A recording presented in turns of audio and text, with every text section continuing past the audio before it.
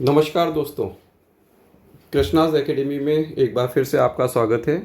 जैसे कि आप सभी जानते हैं कि हम इस सेशन में एनवायरमेंटल एजुकेशन पर्यावरण शिक्षा जो कि टीटी यूपी एग्ज़ाम के लिए काफ़ी इम्पॉर्टेंट है, इसके विगत वर्षों में आए हुए क्वेश्चंस के बारे में हम डिस्कस कर रहे हैं। पिछले वीडियो में हमने जो क्वेश्चंस डिस्कस किए थे, उम्मीद है कि आपको अच्छे लगे होंगे, आपके जो डाउट हैं वो क्लियर हुए होंगे। तो आज फिर हम इसमें कुछ और क्वेश्चंस को डिटेल से डिस्कस करते हैं। आज का पहला क्वेश्चन है, पर्यावरण को बचाने के लिए चिपको आंदोलन से कौन सा राज्य जुड़ा है। सबसे पहले तो हम ये देखें कि चिपको आंदोलन क्या था। चिपको आंदोलन पहाड़ों पर स्पेशली उत्तराखंड में चलाया गया एक आंदोलन था, जिसमें इल्लीगल डिफॉरेस्टेशन यानी कि जंगलों के पेड़ों को काटने से बचाने के लिए एक आंदोलन चलाया गया, जिसमें कुछ वॉलेंटियर्स होते थे जो क्या करते थे, जो पेड़ों को काटने आते थे तो उनसे पहले जाके पेड़ों से चिपक जाते थे और उनको काटने से बचाने की कोशिश करते थे। इसका आंसर तो वैसे है हमारे पास उत्तराखंड। अब उत्तराखंड में ये आंदोलन आरंभ हुआ। अब उत्तराखंड के हिसाब से अगर हम देखें तो दो मेन रीज़न है उत्तराखंड के अंदर। एक है टेहरी या गढ़वाल रीजन और दूसरा है कुमायूं, जिसमें मेनली चमोली डिस्ट्रिक्ट आता है। तो चिपको आंदोलन का जो जनक माना जाता है, फादर माना जाता है, वो हैं सुंदर लाल बहुगुणा। सुंदर लाल बहुगुणा ये माना जाता है, इन्होंने चिपको आंदोलन की शुरुआत की। इन्होंने उत्तराखंड का जो चमोली डिस्ट्रिक्ट है, ठीक है, जैसे मैंने आपको बताया, उसमें इसकी शुरुआत ना करके टेहरी से इसकी शुरुआत की। इन्होंने कहाँ से शुरुआत की है? टेहरी से शुरुआत की है। और चमोली में एक और व्यक्ति हैं जिन्होंने इसकी आरंभ किया, जिनका नाम है चंडी प्रसाद भट्ट। चंदी प्रसाद भट्ट। तो ये दो ऐसे व्यक्ति हैं जिन्होंने चिपको आंदोलन को आरंभ किया, हम ये कह सकते हैं, और इल्लीगल डिफॉरेस्टेशन को रोकना आरंभ किया। ठीक इसी से मिलता जुलता एक और आंदोलन दक्षिण में स्टार्ट हुआ। दक्षिण भारत में भी एक आंदोलन स्टार्ट हुआ, जिसको चिपको ना कह के एक नया नाम दिया गया, जिसको कहा जाता है इपको आंदोलन। इपको आंदोलन, इसको दक्षिण भारत में आरंभ किया गया। दक्षिण भारत में आरंभ किया गया। और इसके अग्रता कौन थे? इसके अग्रता हैं पांडु रंग हेगड़े।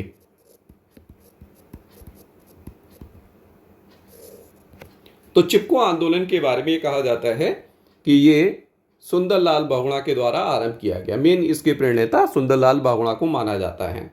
लेकिन क्या आपको ये पता है कि इससे भी पहले इसके जो मेन प्रणेता मानी जाती हैं वो हैं राजस्थान की अमृता देवी विश्नोई, जो कि विश्नोई समाज से आती हैं। इन्होंने पेड़ों को कटने से बचाने के लिए एक आंदोलन आरंभ किया था राजस्थान में, और राजस्थान का एक जिला है जोधपुर, वहां से इसको आरंभ किया। और इसमें अगर हम आज के जो चिपको आंदोलन है इसके बारे में बात करें तो इसमें किसी तरीके से किसी जनहानि नहीं हुई। लेकिन अमृता देवी विश्नोई, उनकी 3 बेटियां और उनके गांव के और लोग, बहुत सारे लोग ऐसे थे जिन्होंने अपने जीवन का सर्वोच्च बलिदान दिया पेड़ों को काटने से बचाने के लिए। और इन्हीं के ऑनर में, इनके सम्मान में राजस्थान सरकार जो है वो एक पुरस्कार देती है, जिसको कहा जाता है अमृता देवी विश्नोई पुरस्कार। तो वैसे तो हमारे लिए उत्तराखंड ही इसका आंसर हुआ, लेकिन मैंने ये डिटेल आपको इसलिए बता दिया क्योंकि ये पूछा जा सकता है कि चिपको आंदोलन जो है किसने आरंभ किया, कहाँ आरंभ हुआ, ये उत्तराखंड में हुआ। उत्तराखंड में सुंदरलाल बहुगुणा ने कहाँ स्टार्ट किया, टेहरी वाले पार्ट में स्टार्ट किया। चमोली में किसने किया, चंडी प्रसाद भट्ट ने किया। और आपको बताया कि इपको आंदोलन के नाम से इसको दक्षिण भारत में स्टार्ट किया पांडुरंग हेगड़े ने।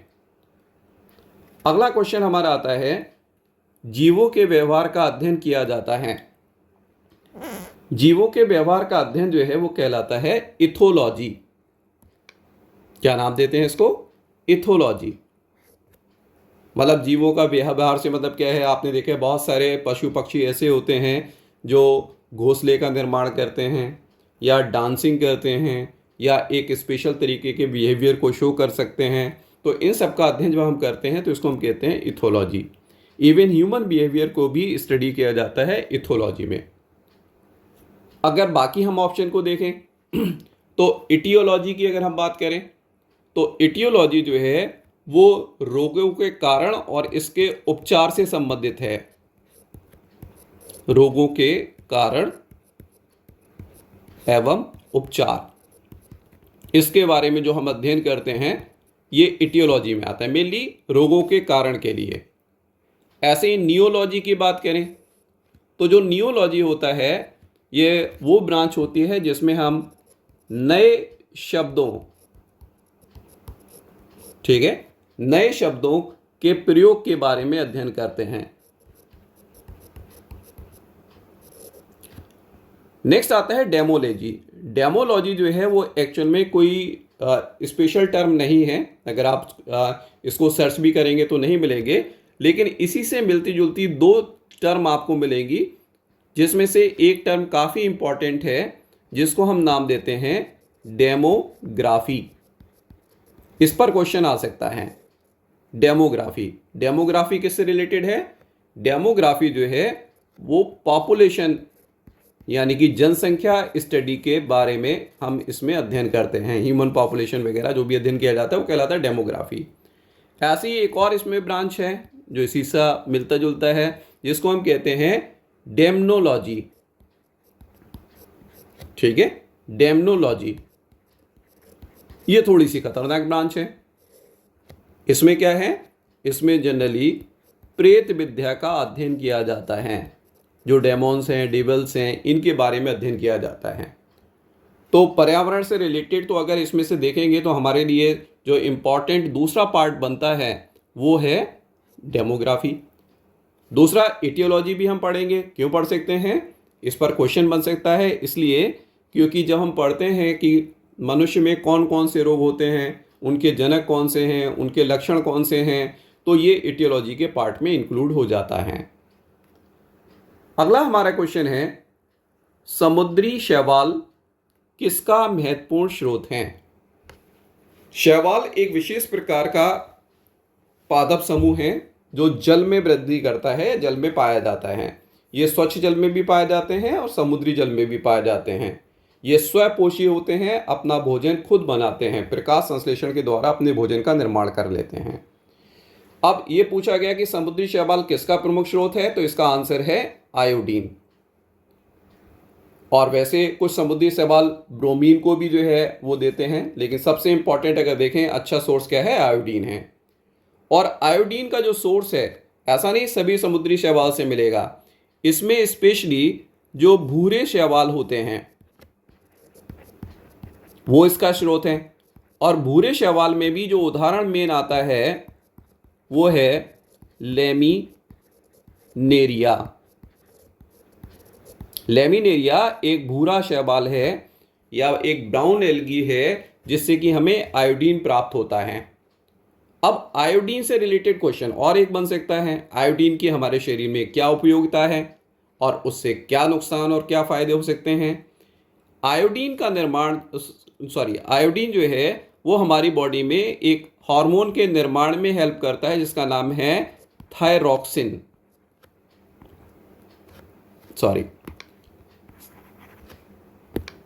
थायरॉक्सिन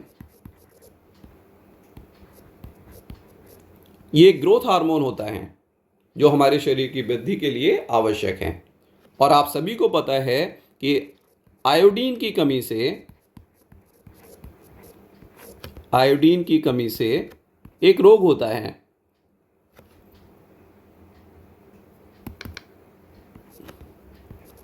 आयोडीन की कमी से एक रोग होता है।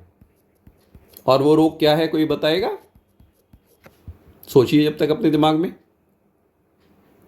ये रोग है घेंघा, जिसको आप कहते हो ग्वाइटर।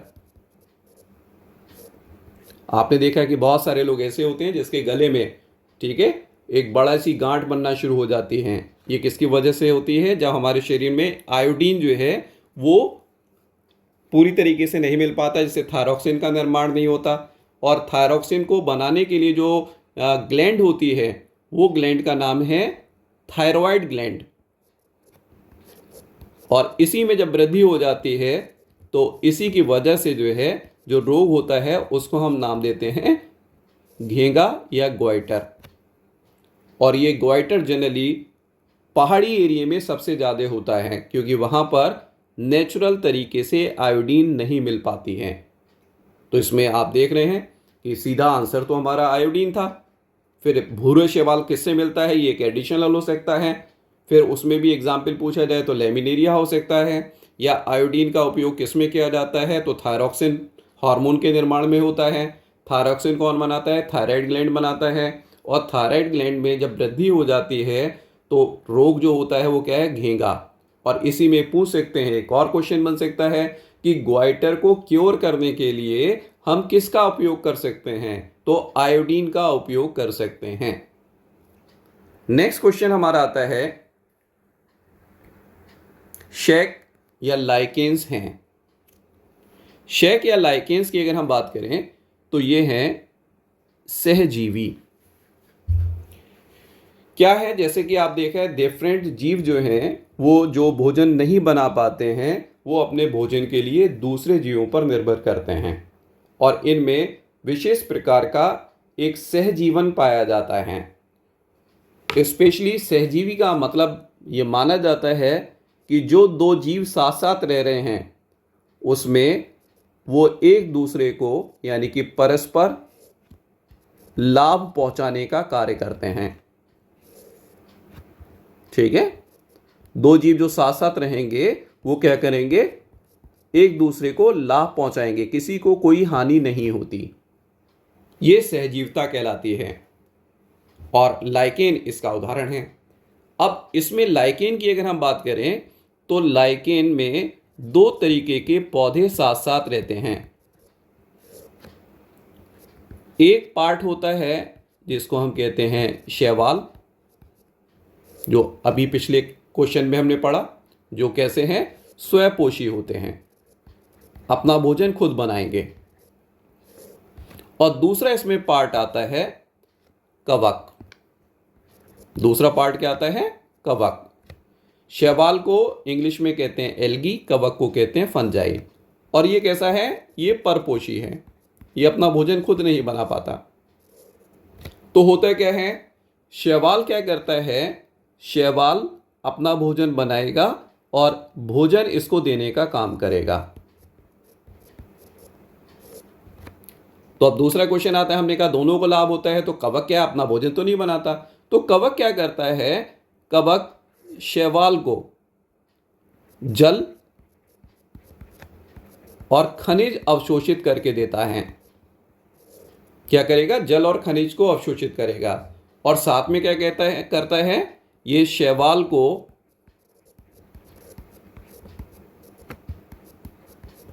शरण देता है, शेल्टर देता है, प्रोटेक्शन देता है। तो दोनों मिलकर जो हैं साथ साथ रहते हैं और एक दूसरे को फायदा पहुंचाते हैं। इसीलिए ये सहजीवता का उदाहरण है।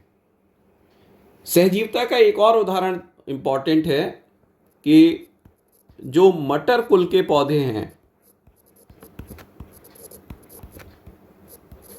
जो मटर कुल के पौधे हैं, इनका सहजीवता होती है किसके साथ? एक जीवाणु है जिसका नाम है राइजोबियम। ये भी सहजीवता का उदाहरण है और ये भी एग्जाम में पूछा जा सकता है। अब इधर आते हैं, बाकी और ऑप्शन को देखें भाई, इस पर भी क्वेश्चंस बन सकते हैं, या आंसर तो नहीं है लेकिन क्वेश्चन तो बन सकते हैं। जैसे परजीवी, परजीवी में दो जीव हैं, है ना, यहाँ भी सहजीवी में भी दो जीव थे। अब परजीवी में जो दो जीव जीव होते हैं उसमें एक को तो कहते हैं परजीवी, ठीक है। परजीवी क्या होता है, अपना भोजन खुद नहीं बनाता बल्कि क्या करता है, दूसरे जीवों से लेता है, ठीक है। जैसे परजीवी को कहते हैं इंग्लिश में पैरासाइट, और जिससे ये भोजन लेता है, ठीक है, जिससे ये भोजन लेता है वो क्या है, उसको नाम दिया जाता है होस्ट। तो होस्ट क्या करेगा, परजीवी को भोजन देने का काम करेगा। ऐसे बहुत सारे उदाहरण हैं जिसका पिछले सेशन में हमने इसको डिस्कस भी किया था, जिसका बेस्ट एग्जाम्पल है हमारे शरीर में पाए जाने वाला मलेरिया परजीवी। यह हमारे शरीर में मलेरिया उत्पन्न करने का काम करता है। तो अगर आपने पिछली क्लास ध्यान से पढ़ा था, बार बार रिवाइज किया था, तो मलेरिया परजीवी का हमने साइंटिफिक नेम भी बताया था और वो था प्लाज्मोडियम,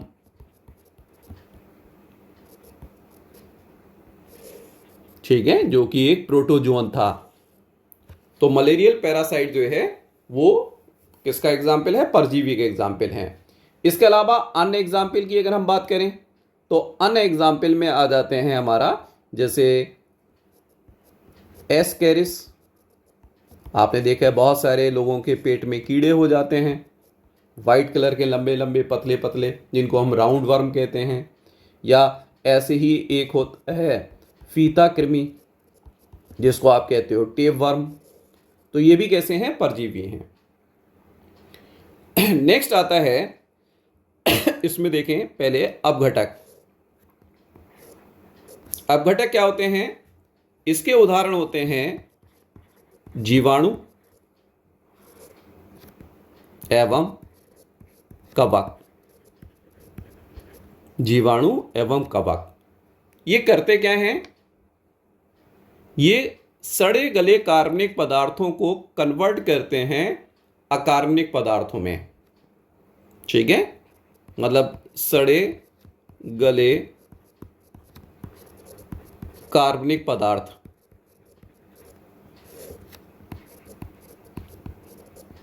इसको किस में कन्वर्ट करेंगे, अकार्बनिक में।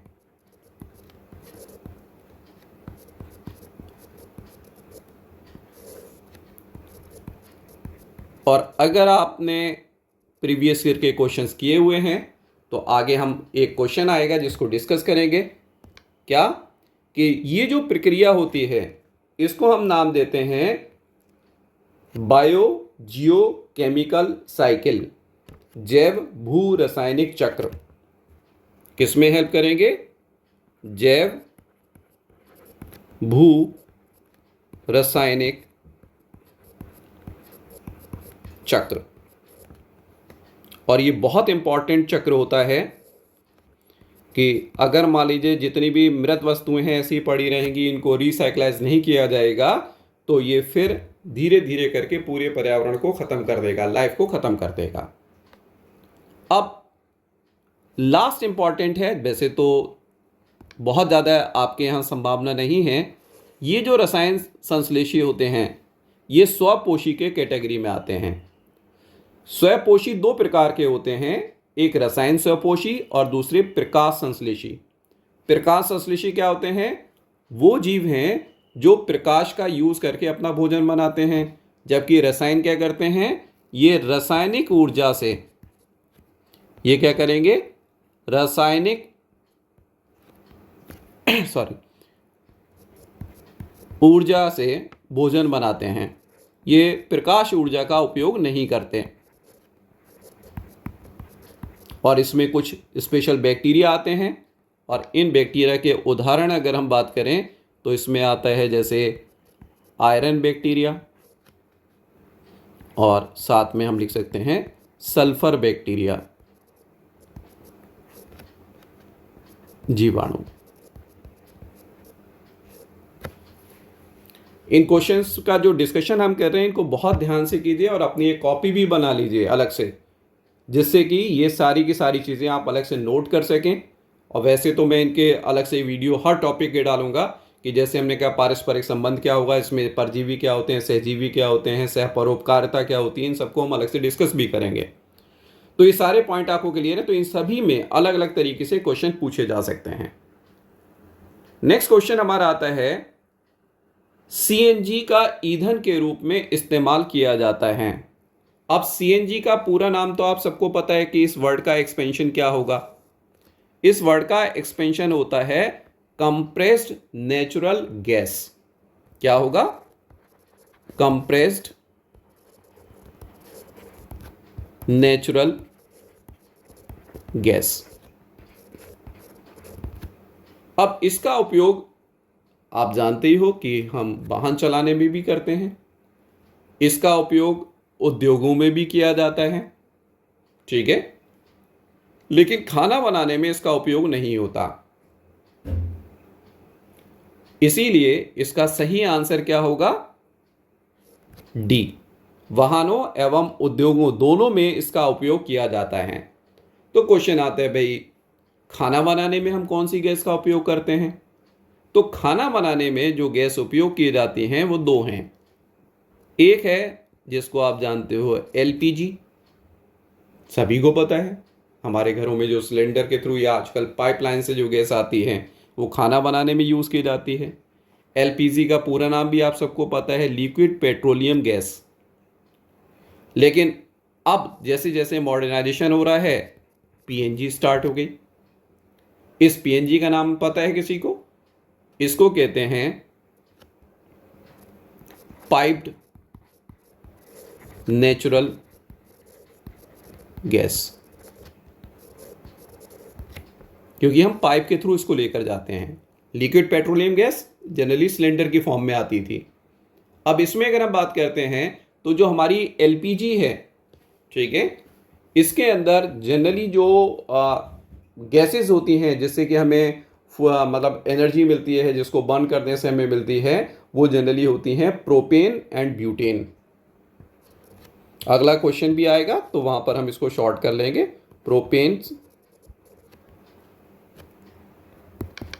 ठीक है, प्रोपेन एंड ब्यूटेन ये गैसेस होती हैं, जबकि यहां पर मीथेन गैस मेन है, ठीक है। Methane gas piped natural gas का मेन कंपोनेंट है। नेक्स्ट क्वेश्चन है, पर्यावरण जागरूकता किसके द्वारा सृजन किया जा सकता है? पर्यावरण जागरूकता का मतलब क्या है? पर्यावरण से हमें क्या फायदे हैं, हमें अगर इसको नुकसान पहुंचाएंगे तो हमें क्या नुकसान होगा, इसको कैसे संरक्षित कर सकते हैं, संरक्षण करना क्यों जरूरी है, ये सब कहलाता है पर्यावरण जागरूकता, अवेयरनेस इसको आप इंग्लिश में कहते हो। अब किस किस के थ्रू कर सकते हैं? वैसे तो सभी कर सकते हैं, सभी फायदे के लिए हैं, लेकिन अगर हम देखें एक एक करके, डी पार्ट को लें, अध्ययन, मतलब अगर मैं पर्यावरण जागरूकता के बारे में पढ़ूंगा, ठीक है, तो उसको अपने लेवल तक ही रख पाऊंगा, बहुत ज़्यादा स्प्रेड नहीं कर पाऊंगा। दूसरा क्या होगा, मान लीजिए मैंने 2-4 लोगों से या ग्रुप में लोगों से जो है मतलब इस चीज़ को डिस्कशन किया, तो व्याख्यान के रूप में हो सकता है, समूह वार्तालाप के रूप में हो सकता है। तो अंतर क्या हो रहा है, यहाँ पर जनरली एक ही व्यक्ति इससे इंस्पायर्ड हो रहा है, वो मैं खुद हूँ, जबकि समूह और व्याख्यान जो हो रहा है इसके अंदर व्यक्तियों का समूह,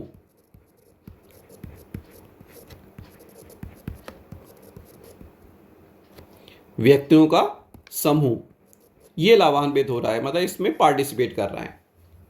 लेकिन क्या कुछ व्यक्ति समूह का ही जो है ये दायित्व है? नहीं, जितने भी लोग रहते हैं हमें उन सबको अवेयर करना होगा। तो इन सब में सबसे ज़्यादा बेस्ट क्या होगा? क्षेत्रीय भ्रमण। क्यों हो जाएगा? क्योंकि जब हम जगह जगह पर जाएंगे, व्याख्यान करेंगे, समूह वार्तालाप करेंगे, तो धीरे धीरे करके लोगों के अंदर अवेयरनेस डेवलप होगी और उससे हम पर्यावरण के संरक्षण कर सकते हैं। नेक्स्ट है, यह भी मैंने आपसे कहा एलपीजी का संक्षिप्त रूप, एलपीजी का हमने विस्तृत रूप आपको बताया था, जिसको कहा था liquid petroleum gas, liquid petroleum gas.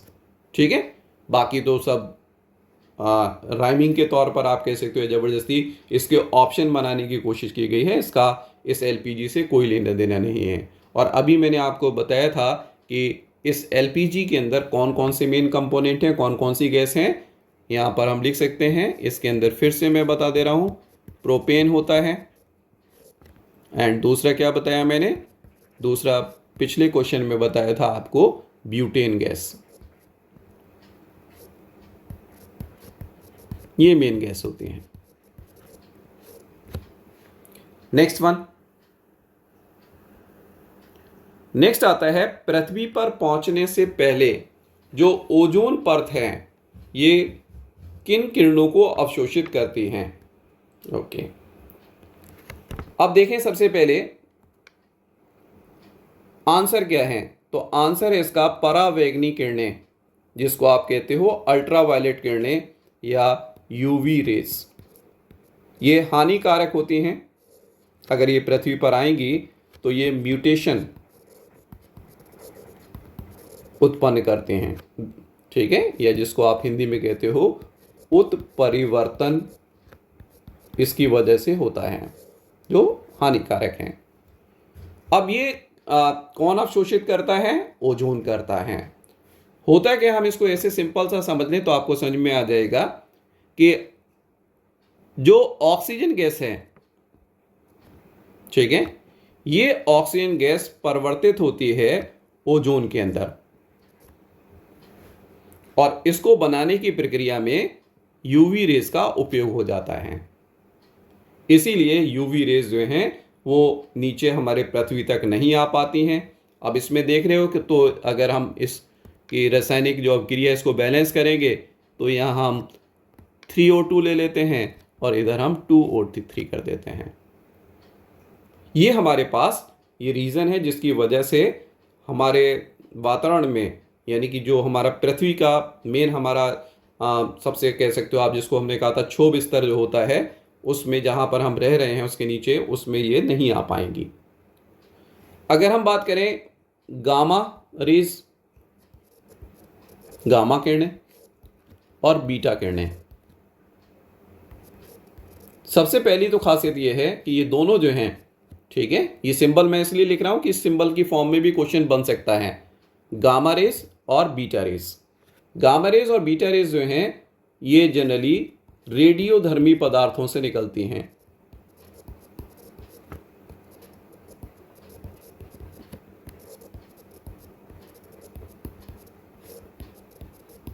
इनमें से गामा रेस के बारे में अगर आप कहेंगे तो इसका उपयोग रेडियो थेरेपी में होता है।